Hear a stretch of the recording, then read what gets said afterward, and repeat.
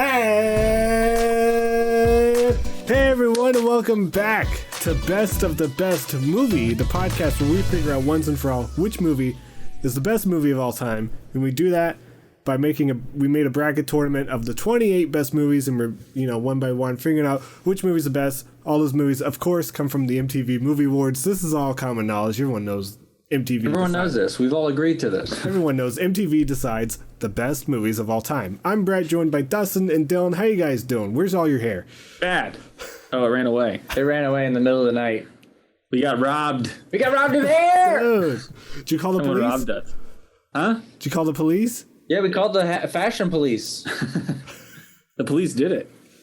It was an inside job. The fashion police or the police? Both.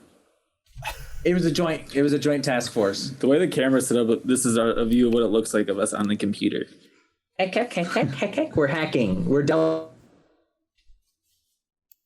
Oh boy. Well, that was weird. Yeah, you froze. You froze on my end. You were frozen. You froze on my end. We both froze. I'm gonna need to pause for a second. This keeps happening. I don't know what's going on with my computer. I can't hear anything right now. Hold on. Give me a second. Entertain them. Hello, folks.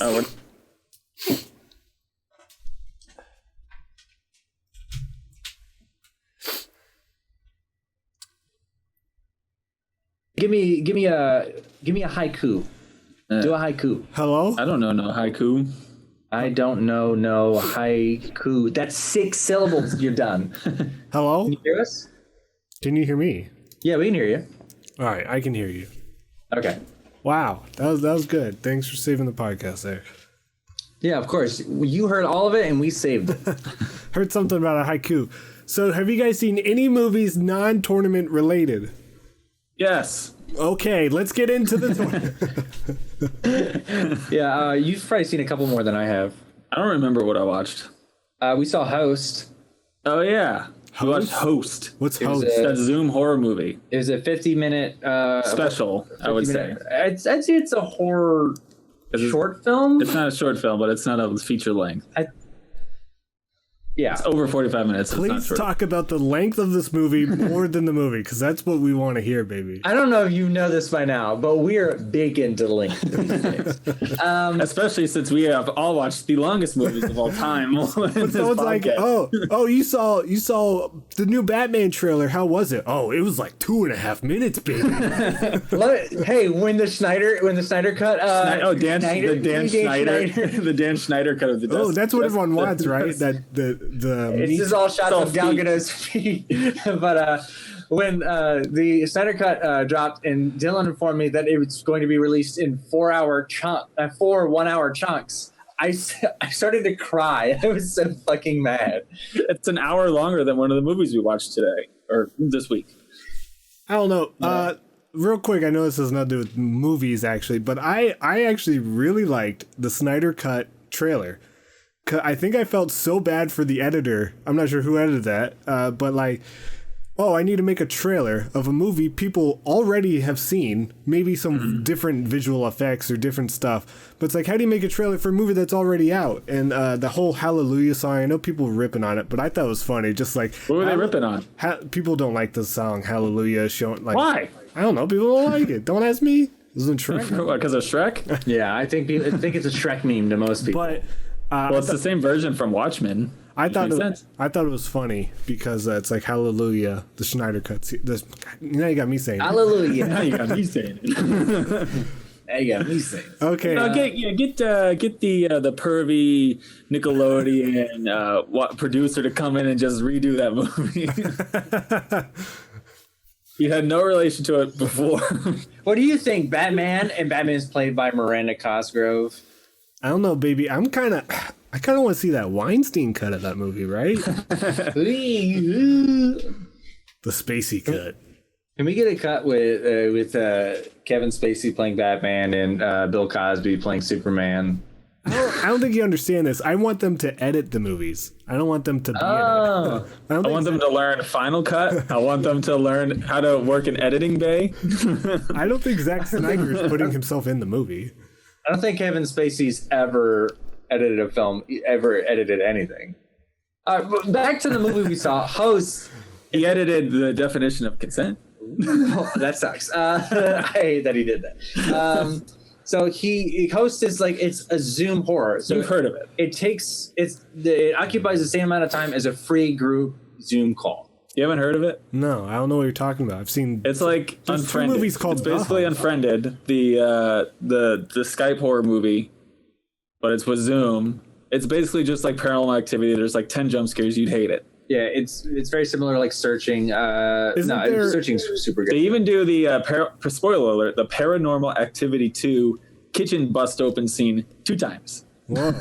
Isn't there a segment in like VHS 1 or 2 that's a lot like that? It's someone Skyping with a girl. Oh yeah. The first one. Girls being haunted. Yeah, Open Windows is also kind of. It's just one of those like.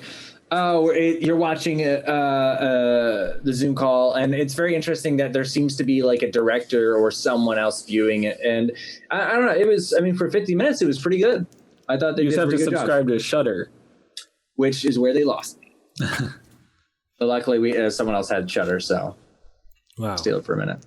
I think that's about all. That's all I've seen other than the movies that we watched. Mm-hmm. I will say. I watched Swordfish. Why? Is that good? Why not? Is that good? It's okay. I wanted to watch it because I heard about it, and I remember it being criticized as like a direct ripoff of The Matrix. And since we just watched The Matrix, and the same guy produced both of them, because there's like a slow-mo bullet time type style shot, and there's like I don't remember that. You can tell that it was heavily influenced by The Matrix. I know it's all about hacking. I didn't know there's slow-mo. Yeah, there's like a bomb that blows up in the beginning. Hugh Jackman plays a hacker. Yeah, and they call him ugly several times in the movie, and it's like the most beautiful man on the planet. You didn't read the script well. There's a part where they're like Hugh Jackman and Halle Berry are walking in the airport, and FBI people are watching them, and they're like, "Oh, there goes Halle Berry's character." They're like, "Oh, there goes Grace or whatever her name is." What is she doing with him? She's way out of his league. And it's like, no, she is not. They're in each other's league. They look great together. God damn it. Is that movie where there's like, she has like this topless scene for like no reason? Is she like just, she's like sunbathing topless for no reason? Yeah, it's her famous. You know how much money she got for showing her breastises for like maybe 7 seconds? $500,000. But then she did that Monsters Ball too. That was several years after. Oh, sorry. It's okay. But I think she chose to do that. She chose to do Swordfish too. I'm hoping she chose. I hope she wasn't forced at gunpoint. No, she chose to be nude. Isn't she? They didn't want her to do that, but then her and who was her co-star in it? Hugh Jackman. In Monsters Ball. Oh. Billy Bob Thornton. Yeah, I think her and Billy Bob Thornton came up with the idea to do that scene like that. What about you? You made it sound like the director was like, "Keep your clothes on," and she was like, And the director's keep like, "Keep your clothes on." She's like, "If I'm on film, my clothes are." It was like when Mike Myers was gonna walk off Wayne's World if they didn't do Bohemian Rhapsody. They're like, "We're leaving if we're not naked." But speaking of The Matrix, I watched The Matrix Reloaded because I was enjoying the first one so well, and I wanted to get more into the world. How was it? I gotta say, for the first 2 hours, it was really good. Like, I love... Isn't it 2.5 hours? Yes.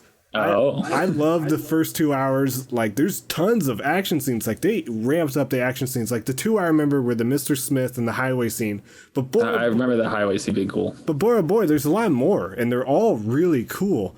But then, after, like, the 18th fight scene, there's a lot of talking at the end, and boy, I was falling. Oh, is it with the architect? And he's like vis-a-vis. Yeah, concurrently. The architect was boring. He was spoilers for Matrix Reloaded. He was trying to convince them that the real world was also the Matrix or something. I don't know. I was just excited when vampires showed up. I was like, yeah, vampires, but they just kind of get killed off before you even realize they're a vampire. But I was like, I wanted to watch the third one, but then the last half hour of the second one got me so bored, and I'm pretty sure the third one's just more of the last half hour of the second one. So I was just like, I might put this third one off for a little bit. But The Matrix Reloaded, I really enjoyed it. The action was really fun. How was the orgy? Orgy's very weird. I was watching this with Katie, and I was like, "Yeah, I don't know. I don't know why this one's in the movie. I don't know why this part's in the movie." You're like, I didn't know this was here, honey. I swear. It's just weird because for some reason I thought the movie was PG-13. I don't know why. I just always thought that movie was PG-13. But there is nudity in that movie, but it's not. It's just like kind of like in the background. There's just like some naked people in the background. I was like, because I don't remember any F words, or there wasn't that much blood in it. I'm like, you really gonna go rated R just for those couple nips? You gonna waste it? I don't know. That movie could have been PG-13 because I don't remember that many curse words. They cover up themselves, and then Neo can curse for 3 minutes. Yeah. Straight, 3 minutes straight.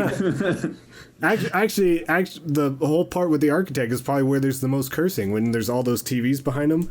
The architect He's swearing in the TVs. Yeah, the architect says like one line, and then all the Neo's like, "Fuck you! Get the fuck out of here!" I feel like all the cursing was in that 3-minute chunk. Maybe anything else? Nope. Cool. Well, what did we watch this week? Yeah. So this week, who did we rewatch this week? We rewatched two movies. I feel like we don't need to do both of them individually. We can do more of like a compare, contrast, or something. I'm sorry, I have to interrupt. I did watch Project Power this week as well. Oh, I watched Project Power. Oh, okay, good. We both forgot. That movie's so stupid and forgettable. I mean, we both forgot we watched it. Yeah, it was okay. There's some cool parts. It was whatever. I'll never watch it. It felt like a TV show. It felt like I was watching a long pilot for a TV show. Yeah, that's fair. I don't know. I have nothing. That's about it. Nothing to say about that movie. It was a cool idea. Sorry, Netflix. It was cool, but everyone. Minor spoilers for Project Power. The premise is, I don't know if this is a spoiler. I didn't know this going into it. You take a pill and you get a superpower for 5 minutes, but you don't know what it is. But so some people explode, some people go fast. What they didn't really explain is that you'll continue to get the same superpower over and over. I thought it was like a random, like you get a mystery power each time. Instead, it's like, it's like in your DNA that you become bulletproof or something. Yeah, they kind of set up that all of the powers come from animals. Like who's bulletproof? What animal? Joseph Gordon-Levitt. Yeah, but what animal? My baby. What'd you say? And what animal is bulletproof? What animal are they? I think that because they showed an armadillo in the slideshow when they're explaining the things in the middle of the movie. All right, I'm gonna. I think they show like an animated like blueprint of a bullet bouncing off an armadillo shell. I'm not lying. I'm gonna go shoot an armadillo. Turtle shells. No, turtle shell ain't surviving nothing. It'd probably be more like a hippo or something. I'm gonna just go start shooting all these animals. I'm gonna figure out which one Joseph Gordon-Levitt. Patreon listeners, go out and shoot as many animals as you can. Tell us who bounces back. Maybe it's Brody. But yeah, you were saying Brett declares his wife an animal. Oh yeah, you declared your wife an animal on your taxes this year, right? Yeah, I sure did. All you have to do is pet it 36 times and they're an animal. Get to shooting.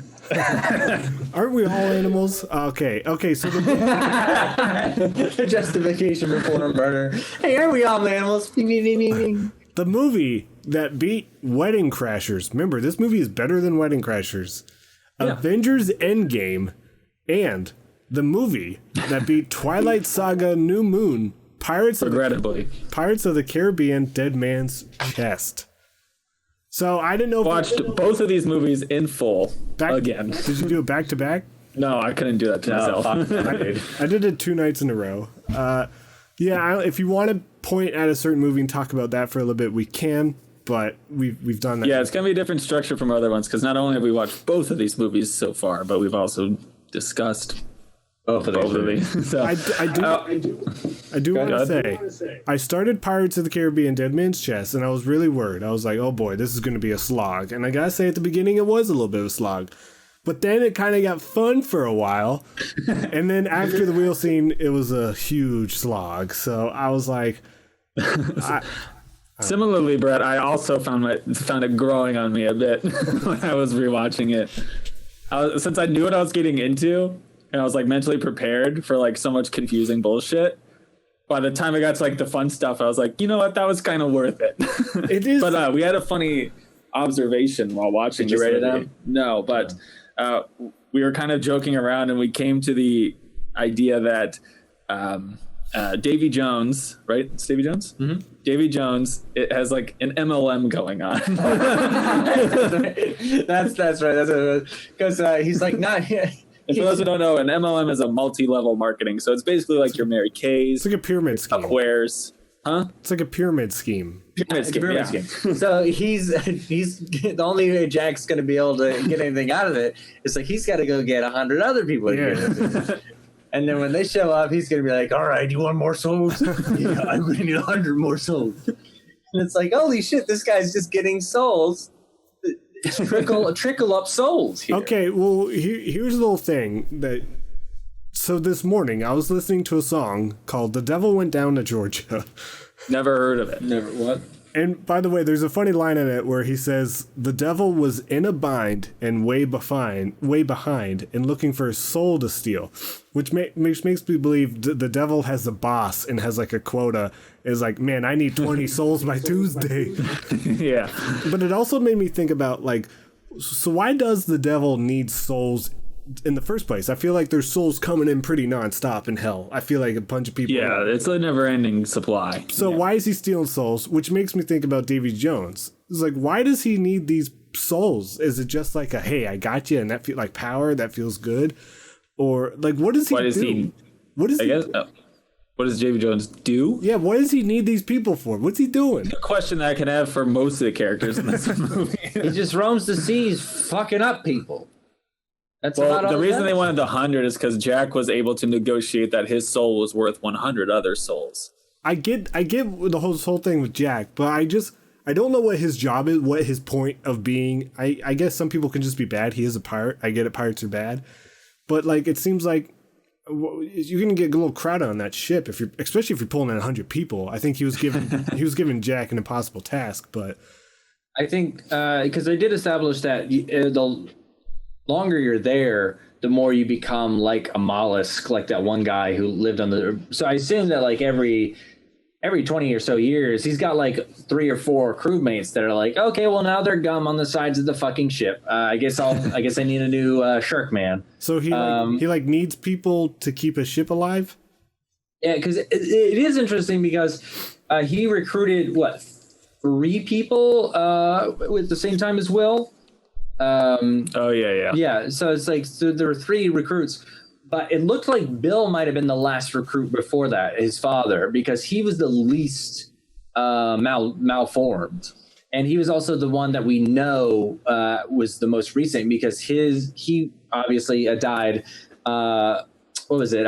Like 10 years ago when Captain Jack was mutinied. So. I have no understanding. That's fine. It's a very confusing movie. He might be like like most places that most employers where maybe once or twice a year they put out open applications. Like now we're accepting applications for my crew, or maybe he just wants souls because of I don't know. It's cool. It's like, why do we want amiibos? They don't do anything. We can play with them every now and then, but they kind of just sit there. But hey, I still want my friggin' amiibos. I mean, come on. Yeah, that's what it was. Disney was way ahead of the time. That's how they got the idea for amiibos. I bet there's an amiibo for him. But there probably was a Disney Infinite or whatever they were called. Yeah, the Disney Infinite little figurines.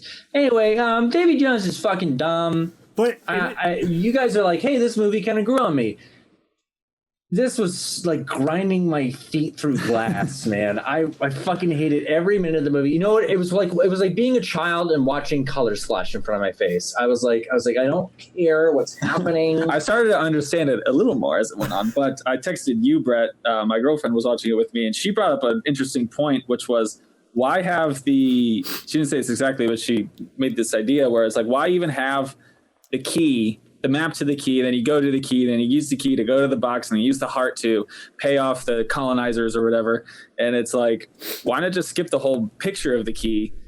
And then or some work in the script somehow that, because she asked what the dog, she thought the dog running around the keys, like the one that's the reference to the ride. Uh-huh. What is that one of the keys they're looking for? And I texted you about it. I thought it would be cool. Like, not only would that be a great reference to the ride, but something that was a direct reference to the ride would be a key point in the script.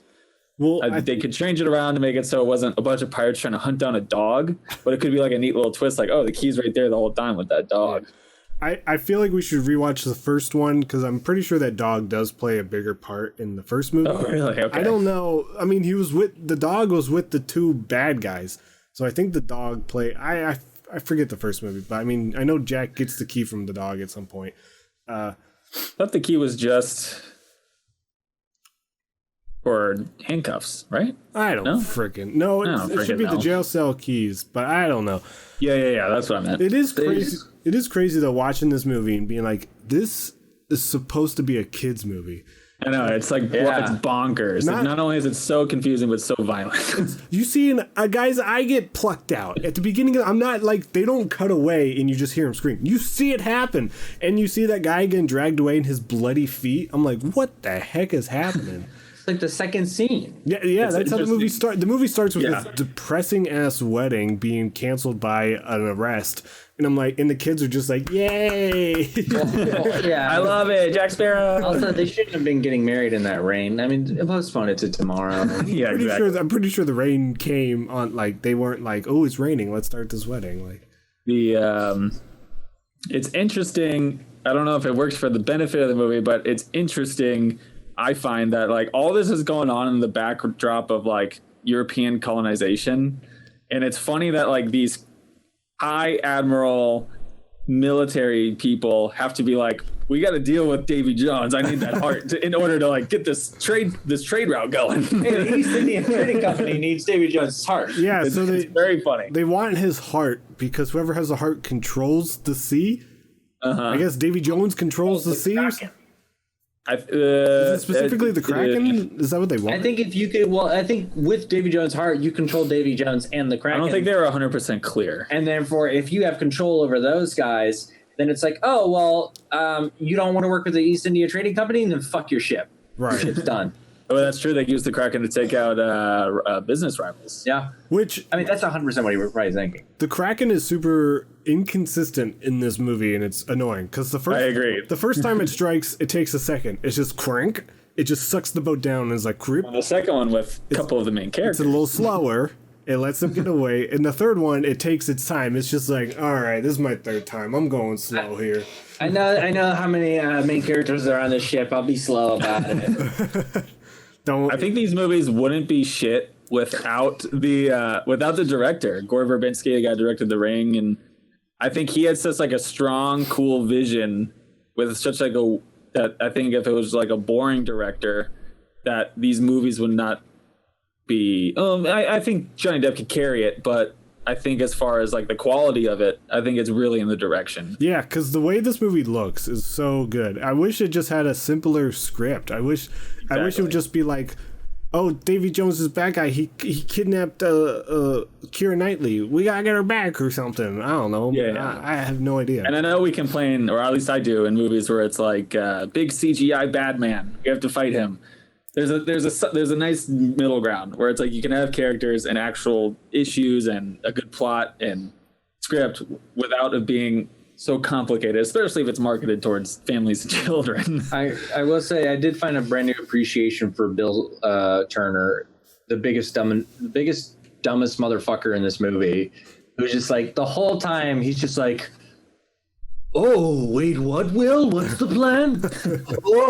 Yeah, why? So that scene when they're playing Liar's Die, and he was like, it wasn't about me winning or losing, I just want to know where the key was. So was he saying that he was planning on losing and then having his soul? I don't think he gave a crap about the whole soul crap. He was just like, I'm gonna get that key, I'm gonna get his heart, and then once I get his heart, I can be like, hey, give my soul back or something. So you can just leave. You can go AWOL on the ship. You're not like bound by magic. I think everyone else was, but him. But if he lost, then he was like, all right, can't have that soul. He didn't know that. Dylan, he's the main character. Oh, that's true. That's true. Nothing can happen to him. He's a handsome, white-toothed. That's the thing. Keira Knightley and Orlando Bloom's teeth are viciously white. Yeah, and it's not accurate for the time. And then you cut to the two guys who were on the ship from the first Kraken crunch. Their teeth were almost non-existent. They were like little. The makeup job, like the set directing, like the art direction and the costumes. which is all perfect. And we're not just saying that because the art director of this movie we had on our podcast, Dylan, the director of that's right, director of Coherence. That's right. One of the girls from Coherence is in this movie. Oh, that's right. Yep. Yeah, because she's the one that slaps him, right? Nope, she's standing next to her though. Damn. She says like one. She says one line. I forget what she says. It's just like, hey. She says, "My pussy." Yep. That's how they get that R rating. You know what's funny? I was thinking about these two movies. Like, Pirates of the Caribbean is so bongersly confusing, where Avengers Endgame should be confusing. I mean, we have, what do they say, 67 characters total? They have time travel. They have the bad guy twice. They have like all these they have all these intertwined stuff. This should be the most confusing movie ever. But yet somehow remains not that confusing. Somehow the only confusing stuff is like nitpicky, like, well, how did Captain America give the Soul Stone back? Like, blah, blah, blah. Like, it's very small nitpicky stuff. I think what they did right that unfortunately like no one had thought to do before was this is a 10-year buildup that they spent 10 years building the groundwork, making sure that you understood the universe, understood what it was capable of. And then once we finally got to this movie, or once we got to Infinity War, you knew all the players. So Dustin, you want 10 years of Pirates. You want a Keira Knightley? You want 2 Pirates movies a year for 10 years. If they can make a single fucking Pirates movie that isn't bonkers to the walls, nuts, then I mean, but I haven't. All of them are like, oh, it's me, Benicio del Toro. No, not Benicio del Toro. Who's the one in the last one who plays the ghost? The guy from not something about Mary. No Country for Old Men. Yeah, that guy. Javier Bardem. Yeah, Javier Bardem is like, I'm Javier Bardem. I'm a famous pirate hunter. I'm also a ghost. But have you seen that movie? Because I haven't seen 4 or 5. They might be more streamlined, but I have seen 3. In 3, I had no idea what was going on. It's even 30 minutes longer than the one this week. I tried watching the one with Javier Bardem because it came out when I was in the theater. And so I tried watching it while I was at the theater, and it's just as fucking confusing They don't as these movies. I gotta say, I like Dustin's attempts to say to pronounce it correctly, even though he does it terribly. Javier Bardem. God damn it. Just if we're basing on a best movie on if we can follow the plot, Avengers gets a point for me. Yeah, for sure. Oh, yeah. I mean, we already know which one's gonna win, but I know. I like comparing, I guess. It's like what is it? It's like sure, I like this movie in theory, but I love this movie in practicality. But I feel like when we're watching, I can't think of 2 better movies to go up against one another because I was watching this movie. And there are tons of nitpicky things that you can talk about in this movie. Tons of flaws. I think this movie really falls short compared to its predecessor. But emotionally, it delivers so fucking well. It delivers the goods, my dude. I don't give a fuck if it doesn't make any sense. This movie doesn't make any logical sense if you sit down and you think about every fucking thing. But I think it does make a lot of sense. I mean, for being what it is in this crazy world, I feel like they made the best sense out of what they, all the craziness they had to put together. Like, it would be very hard to make a no plot hole, no nitpicky story with especially when time travel is in play. I think they could have, but it's like, with the time constraints that they probably had and with like what they had to deliver on, we got a real fucking sweet deal here.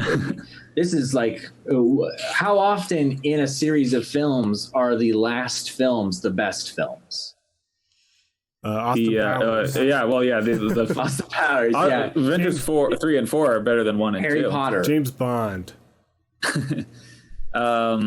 Jurassic Park. I promised last week that I'm going to start finding a bridge between the 2 movies we're talking about. Okay. I have the bridge. This one should be easy. You have 67 characters who are played by famous actors. Easy. I IMDb'd literally 1 actor until I was like, they're in Pirates.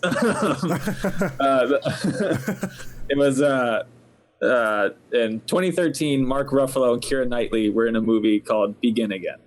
So it was pretty easy. Wait, is no one in Avengers also in I don't think so. I know Bill. Unless it's like some actor. Stellan Skarsgård is in Avengers. Both of them, but he's not in Endgame. He doesn't make it to the later movies, does he? No, but he's connected to the franchise though, but not the movie. Connected to the franchise. I'd say he'd be the best. Yeah, that's two connections, unfortunately.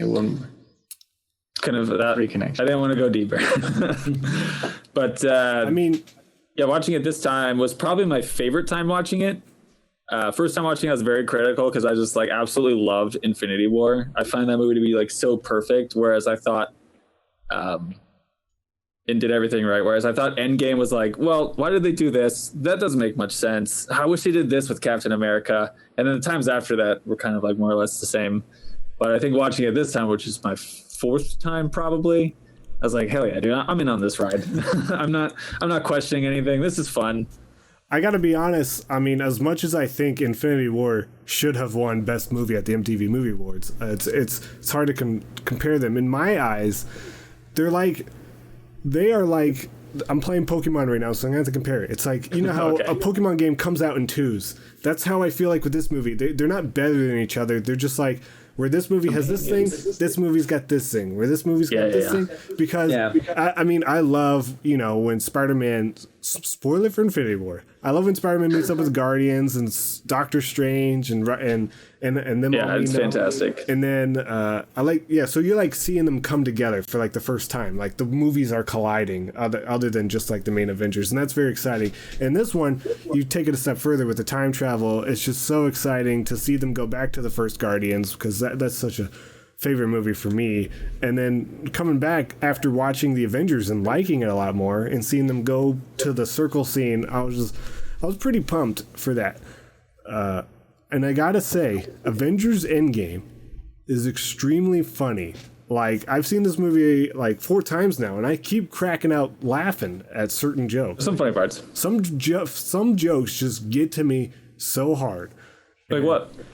So it's a lot of the small stuff. There's a part where they're about to time travel, and Rocket gives Hawkeye the spaceship, but it's like tiny, and he's like, promise me you'll bring that back in good shape. And for some reason, Hawkeye goes, yeah, okay. And then Rocket goes, as far as promises go, that one wasn't really good. And it's just like a really small moment, and Katie and I were cracking up laughing. And then there's another part where Robert Downey Jr. is like, he's explaining the Soul Stones and the game plan. He's like, so we've all have seen Infinity Stones at some point in our lives. And Paul Rudd is like, well, I haven't, and I don't know what you're talking about. I thought that was very funny. Yeah, there's like small moments like that. There's no like big, huge joke, but I like the small moments. We were both laughing at the end where Thanos just absolutely wrecks the Avengers compound. We were like, how did he know he wasn't also going to kill Nebula? And Also, like, he didn't care.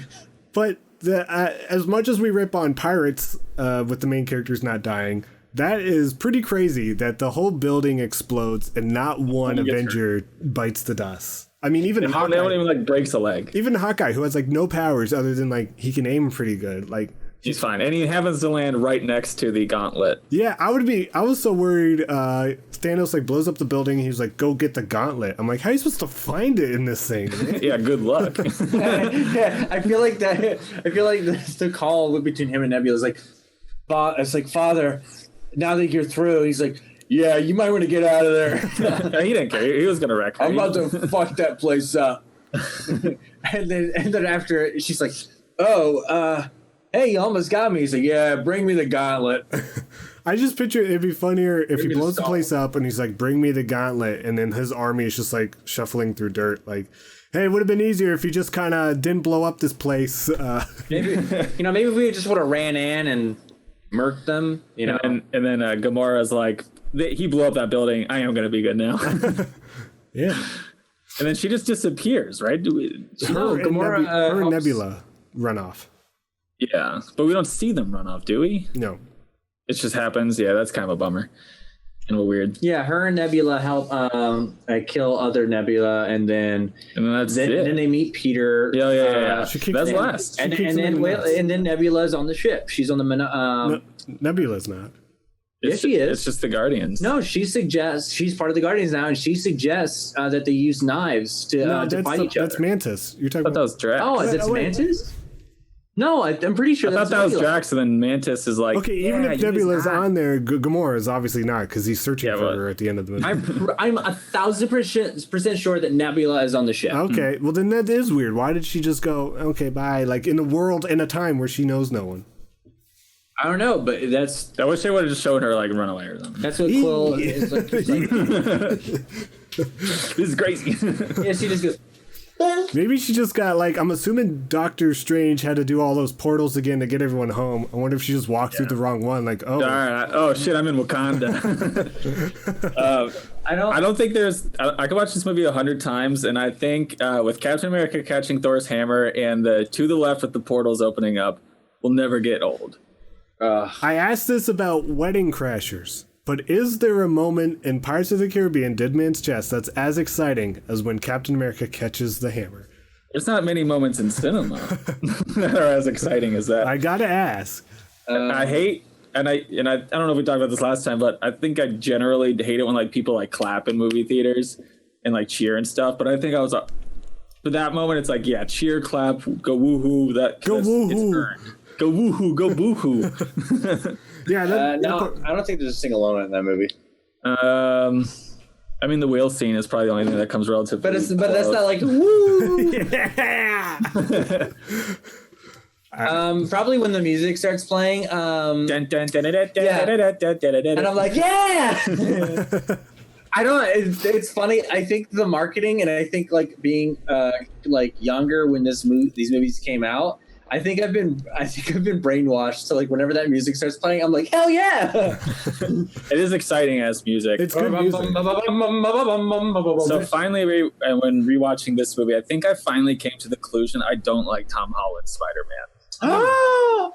Are you talking about Pirates of the Caribbean? Yeah. I think he's the. Well, maybe it's his Peter Parker. I don't know. Because them two are so pretty much the same, but. When he like comes back and he meets Tony Stark on the battlefield, he's like, "Oh, Mr. Stark, it was crazy. I dusted away, right? And then Doctor Strange came and he said, "Oh, we have to go fight." And then all of a sudden, I'm here. And it was very annoying to me. He reminded me of the girl from American Pie. I was like, and then there's one time, like they kind of made him a doofus. I don't think that scene. And I just look back on the Garfield and like the Tobey Maguire, who are like very like. Emotionally intellectual, very calm, very zen, and I just feel like that would have been, I don't know, more interesting. I don't think he should have been as doofy in that moment. I mean, there's a war going on. He should have been like, "Whoa, Iron Man, let's keep fighting." Not, hey, Dad, let's talk about baseball. I don't know. He was very doofy. And I think it's. I think he's great. I miss Toby, but like. I think there's still plenty of time, and I loved Far From Home. I thought I loved it way more than Homecoming. So I like them both. I'm lukewarm at best on both. I'd like to rewatch Homecoming after watching Far From Home, but I really like. I think Tom Holland he's definitely got Iron Man potential. I think he could lead the cinematic universe one day. He's gonna have to. Who knows who's going to do it? Yeah, I mean, who knows? It may be Brie Larson. It may be Brie Larson's too powerful. Even I feel like the directors and the writers were really forced to put Captain Marvel in this because Marvel really wanted a Captain Marvel movie because she's so powerful. They had to write her away from the movie. Her retcon definitely messes up a lot of stuff, I think.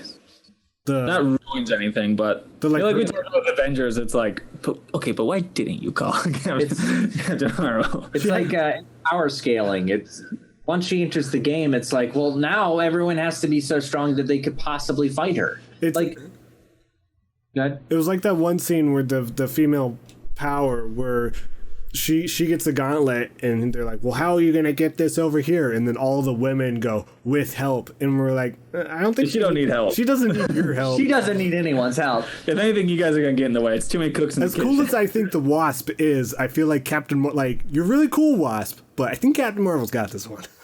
Yeah, I kind of, every time I watch that scene, I groan a little bit, but not because I'm like, oh, we get it, the women. It's like, I just don't like that this is an obvious ploy by Disney to get some brownie points. Well, to be honest, I wouldn't mind that scene if Captain Marvel didn't get the Infinity Gauntlet. If someone less powerful, like, I don't know, say like a random person, I don't know why random person. Like Shuri or something. Like someone who doesn't really have powers, like, oh, I have the Infinity Gauntlet. How is she going to get it to there? And then all of the people who come help her. Or we said it would be even better if, like, they just happened, like, they happen to join each other, like in battle or something, instead of just like walking up like, I don't know any of these characters. I think, personally, if I were to write it, instead of her saying to Spider-Man, she's got us, I would have much rather if like one of them jumps down to defend her from something, and then like, we got your back, and then she turns around, she sees all of them, because it's still a cool fucking moment to see all those characters. And it's cool. It's like, dude, I fucking love these characters.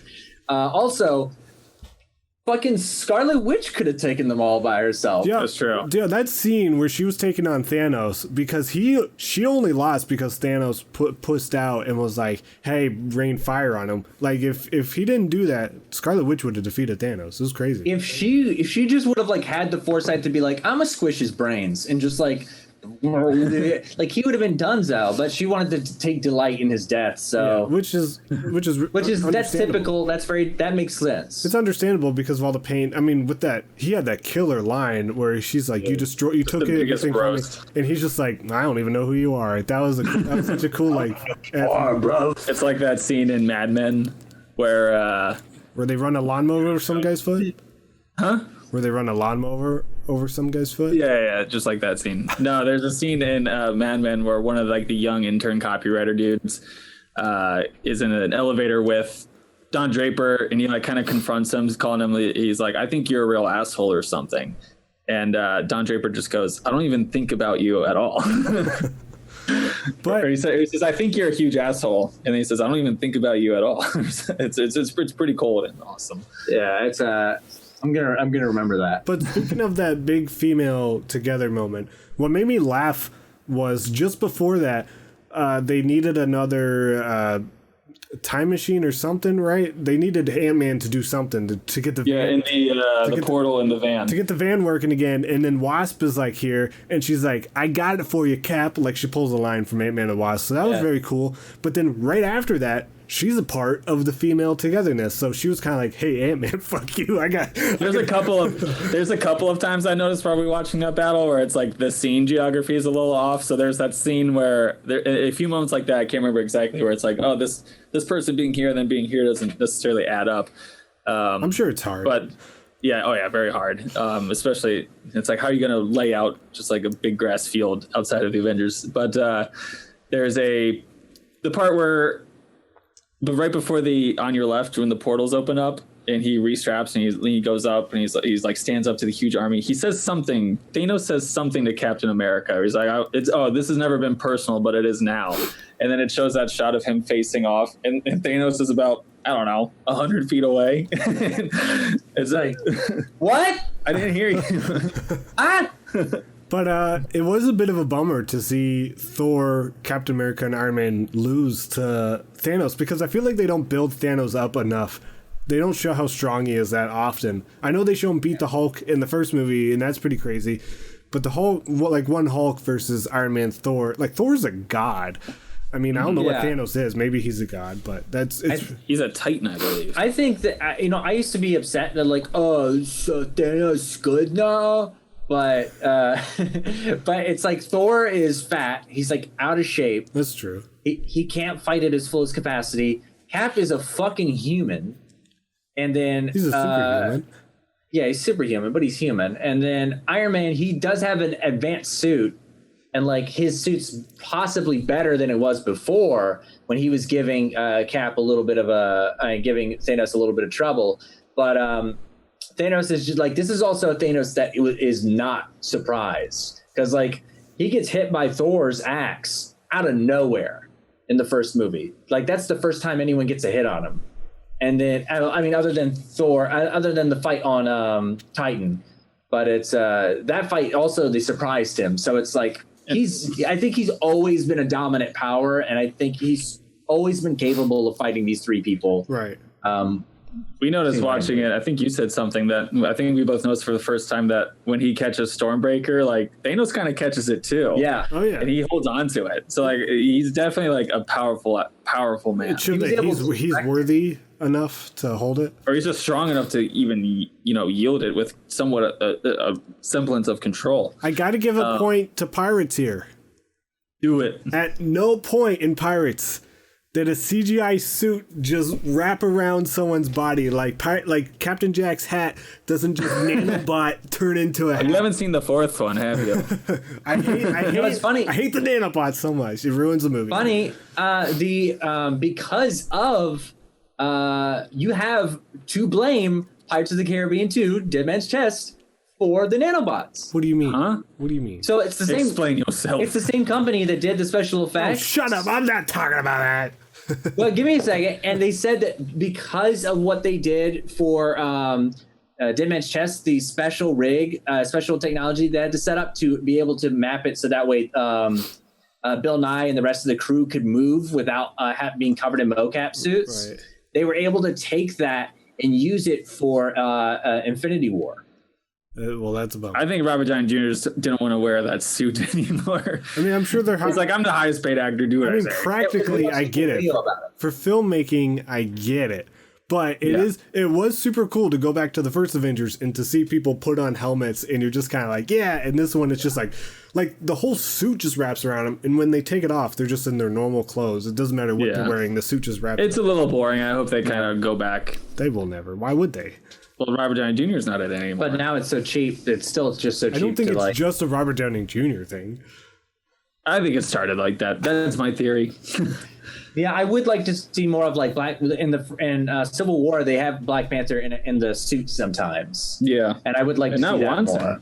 Probably not once. Not once in Black Panther. Yeah, it looks way better in Civil War, I think. But wait, he didn't wear the suit at all on set? I don't think so. I think not a single time. I think it was all CG. But that's the thing, is they use that to make him look slim, to make it look slimmer and more human-like. Do you remember when people freaked out that the Green Lantern suit was all CG?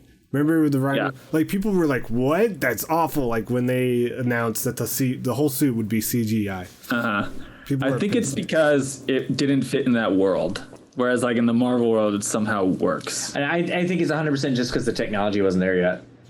I mean, and also the movies are good. You can I think there's some parts in Civil War that look like shit, but it's a good movie. I gotta say, in Endgame, there's really not really any bad CG, any green screening, or I really just don't like the way the end battle looks.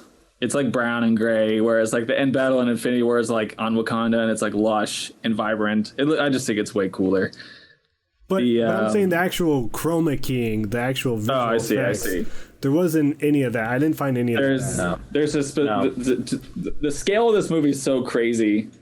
We can wrap this up soon, but the scale of this movie is so nuts. It goes from like them time traveling to the 70s, and then Tony Stark in the 70s on like an army base. Everything is basically practical, looks practical. I'm sure there's tons of CG in the background, but he's just having like this conversation with his dad, and there's like some army trucks around him, and then it literally like smash cuts to Thanos' big ship in space going through like green smoke, and it's just the scale is just wild. It's great. The last thing I wanted to say was I did think how funny it would be if like on Vormir instead Rocket and like Rhodey ended up going to Vormir. So it's like, what do you mean we got to give up something we love? And so like Rhodey has to throw the suit off. Did we talk about it last time? Like, why doesn't Nebula tell them like what has to be done? Does she know? Does she know? I think she knows. Yeah, because she knows what happens to Gamora. She know Gamora didn't come back, but she didn't know if Thanos was just like, "Hey, shut up." That's true. Yeah, he finally got fed up at that one spot. I mean, have you seen Jackie? I think she knows. Have you seen Jackie Brown? All he did was talk about the stones her whole life, so he must have been like at dinner one night talking about like, and then I gotta go to Vormir. No, because he didn't know about what needed to be done until he got there. That's true. That is also true. So it's like it's one of those things where it's like maybe they could have made a phone call, but like, hey guys, but it's just like who just imagine if two teammates who do not fucking care about one another happen to have gone to Vormir. Or like I was saying it would have been cool if Captain America and Black Widow went there, and then Captain America would have reunited with Red Skull. Also, Team Clint should have died. No, I wouldn't. Every time I watch that scene, I go, it makes no sense for Clint to even sacrifice himself, because the whole reason why he's doing this is so he can see his family again. Scarlett Johansson, Black Widow, has like no one. I mean, other than Avengers, I'm sure she has people. But her whole thing is, I've been doing nothing but trying to save the world forever. He's just like, the only thing he wants to do is get his family back. So it makes no sense for him to die at all. That makes sense. I know, but his hair was dumb, and I fucking hate that every movie ends with him being like, "Huh, glad I got out of that one, okay." But you can't give it. People love him. Yeah, how do you get, I don't like him anymore. How do you get to a Disney Plus show if you don't get out of everything? Okay. Yeah, he has a plus show, baby. Hey, I guess you know what? He's got a plus show. Never mind. Also, it's still so funny every time that we see Bucky tell Sam to go talk to Steve, and it's like, yeah, you do this. hey, you go talk to my best friend who brought me back from being brainwashed. It just, I don't mind Captain America's ending. I don't mind that he gave the shield to Falcon. I think that makes a lot of sense not to give it to I wish he would have given it to Bucky, and then Bucky gave it to Sam. It makes it makes no sense for him to give it to an ex-terrorist. Like it really doesn't. But it's his best friend. Or if him and Bucky would have started talking, and then they both looked to Sam to be like, "Here's the shield." Yeah. But like they were both in agreement that Sam should has it, or Captain America just says, "Fight for it." Sam just goes, "Oh, you're gonna give me that shield?" And he goes, "I don't think I will." No, I think I agree with you. I think it's obviously super weird when Bucky goes, you go first. It's like, what? Why? They should have went up together, and I think he should have handed the shield. I think you're right. They should have looked at each other and said, "Yeah, Falcon deserves it."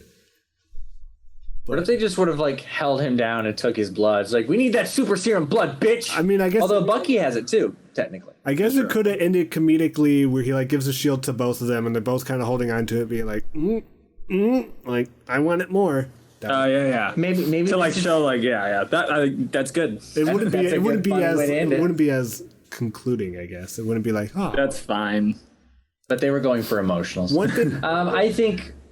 Do you want anything else you want to talk about? Yeah, one good thing I want to say about Pirates. In our last episode, there's a lot of good things. In our last episode about Pirates, you said you did not like Bill Nighy's performance as, what's his name? Davy Jones. I was thinking Dak Shepard. I was like, he did not play Dak Shepard in that movie. He is playing Dak Shepard in an upcoming biography of Dak Shepard. So I was watching his performance. Dude, I freaking loved it. I liked how weird it was. Yeah, it's cool. He was all like... There's no performance that's bad in this movie, and again, I think that might come down to the direction. Dustin doesn't like their performances, but I really enjoyed all of them. I think I might have a hateful bias against this. It's just movie. The script and the length. That's really the worst things about the movie. The only thing this is off topic. The only thing about the Umbrella Academy season 2 that I didn't like is that Klaus acted so much like Jack Sparrow. If you watch Umbrella Academy season 2, man, if they need to make a new Pirates, get him to play Jack Sparrow, because when he's drunk, he acts so much like Jack Sparrow. It was very. The new Pirates is going to be an all-woman reboot. Can't have them. Ooh. Well, with Margot Robbie. Is she playing Jack Sparrow? I'm being 100% serious. She playing Jacqueline Sparrow? Jacqueline Sparrow. I wouldn't put him past them to do something like that. It's gonna end with them being like, we got a new job. I think it all depends. Sorry, go ahead. We got a new job, and then the camera pans around, and we see the female Ghostbusters, the female Oceans cast, and the female Fast and Furious spinoff cast. Are they still doing that? I thought you were gonna say it cuts to like Margot Robbie at like a cemetery, and it says Jack Sparrow, and she's just like, she's like, I know you might not be dead or something. Isn't that how Ocean's 8 ended? It was kind of like, oh, you might be dead, you might. They're gonna make her connected one way or another as a scorned lost lover, a sister, or something. A protege that was unheard of. Jacqueline Sparrow. Yeah. That's what we just said that, Dustin. Pay attention. And it's funnier when I said it. That's true. It was a little bit funnier. He did say it kind of like Jacqueline Sparrow. I think it all depends on what Disney is going to decide how they feel about Johnny Depp after this trial. They turned around on James Gunn. That's true. But then they turned back. Yeah, they brought him back, right? They brought him back. That's fine. By the way, I'm ready to decide. By the way, that Suicide Squad behind the scenes thing. Do you guys watch that? Yeah, that movie looks cool. Movie looks pretty good. But hey, they got us the first time. They did get us the first time. To be fair, it was really awkward every time they were like, only one person can direct the Suicide Squad. It's just like kind of like, ugh. Someone else did. And they're like, James Gunn is perfect for the Suicide Squad. Anybody else would be a fucking idiot. Though David Ayer has tweeted a lot about his love for the new Suicide Squad movie, so I guess he's been. Cool. I think he's taking it on the chin. That's cool. But okay, so let's get into the final votes. This is a nail biter. I have no idea what's going to happen here. Yeah, so should we spin it to Dustin first? Avengers. Okay, Pirates of the Caribbean, Dead Man's Chest versus Avengers Endgame. What are you picking? Avengers Endgame. One for Pirates from Dustin. Avengers Endgame. Okay, that's one for Avengers. Dylan, I want to make you the tiebreaker here. Okay. Because Pirates really came. You son of a bitch. You son of a bitch. No, I'm just kidding. Avengers Endgame by far gets my vote. So Dylan is officially the tiebreaker. Avengers Endgame for me as well. Wow. But hey, Avengers doesn't have a ride. Not yet. It will. It's gonna have a whole. It's gonna have a whole section of the park. Yeah. I don't think there's gonna be an Avengers specific ride. They might have like Avengers Tower drop ride. Okay, so should we talk about which two movies? So I should say Avengers Endgame officially moves on to round 3. I just want to say after round 3, then there will be the semifinals and then the finals. So Avengers Endgame came pretty close. I mean, I guess all these movies moving on. I gotta watch this 3-hour movie again. Possibly 2 more times. Oh boy, talking about 3-hour long movies. Here we go, baby. Let's talk about next week. No. Damn you, Brett. The movie that beat The Lord of the Rings, The Return of the King? We have to watch it. Wait, again. No, the Fellowship of the Ring. No, I know what we have to watch. Titanic. Yep. Yeah. We gotta watch it again. I don't mind. It's good, but way too long. We gotta watch it again. And you know what? Way too sad. And you know what? And it's going against a newcomer, a movie that was seeded into round 2. The movie that won the first ever MTV Movie Award from the winner in the 1992 awards. Dylan, you know what I'm talking about? Is it a James Cameron double feature? It's a James Cameron double feature. Titanic versus Terminator 2 Judgment Day. I'm Jack does that on the boat. Terminator 2 Judgment Day, baby. I'm excited for. I don't think it's 3 hours long. I'm excited too. I don't think that movie is that long. Let me see if I can see the length. Terminator 2 probably 2.5. We're talking 137 minutes. So that's 2 hours and 17 minutes. Yeah, it's not that bad. That's not bad compared to Titanic. So yeah, James Cameron double feature. I'm pretty excited. I think these are both 2 good movies, 2 great movies, I would say. So yeah. So probably gonna watch disc 1 one day, disc 2 the other day. So tape 1. Tune in next week for Titanic versus Terminator 2 Judgment Day. See you next time. Bye. Bye.